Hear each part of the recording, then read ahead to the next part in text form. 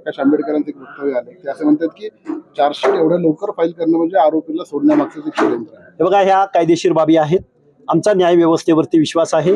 गुन्हेगाराला शिक्षा झाली पाहिजे असं मानणारे आम्ही आहोत.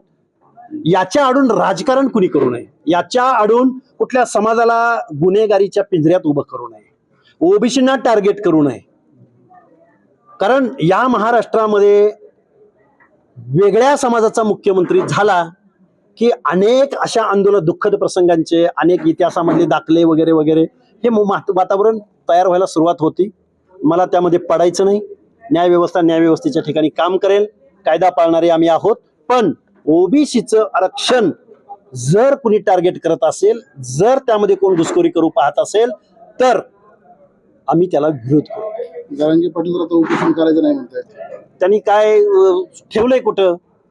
उपोषण या पवित्र लोकशाही मधल्या सर्वात ताकदवान हत्याराचा खेळ खंडोबा कोणी केला असेल तर तो ते जरांगेनी केलेला आहे.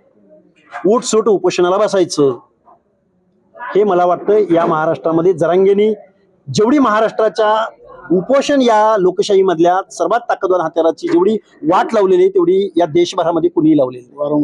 वारंवार बसून गांभीर्य नाही, बेकायदा मागण्या करायच्या. जी मागणी कधीही पूर्ण होऊ शकत नाही अशी मागणी करायची आणि शासनाला वेठीस धरायचं, झुंडशाहीवर वेठीस धरायचं आणि इतरांबद्दल दुस्वास करायचा, इतरांबद्दल रिस्पेक्ट करायचा नाही, ओबीसीच्या नेतृत्वांना टार्गेट करायचं, खलनायक बनवायचं, त्यांना शिवराळ भाषेत बोलायचं. हे केलेलं आहे जरांगेंनी. त्यामुळं आम्ही या गोष्टींना विरोध करू.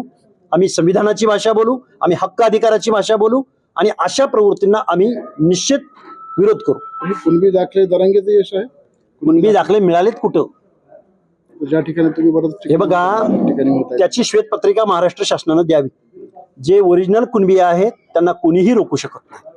पण अर्लियर करेक्शनच्या माध्यमातून दाखल्यावरती खाडाखोडी करून, सातबाऱ्यावरती खाडाखोडी करून, महसुली कागदपत्रावरती खाडाखोडी करून, कुठल्या गॅजेटमध्ये अर्लियर करेक्शनच्या माध्यमातून जर कोण कुणबी बनू पाहत असेल आणि ओबीसींचं आरक्षण चोरण्याचा प्रयत्न करत असेल तर त्याला आम्ही विरोध करू.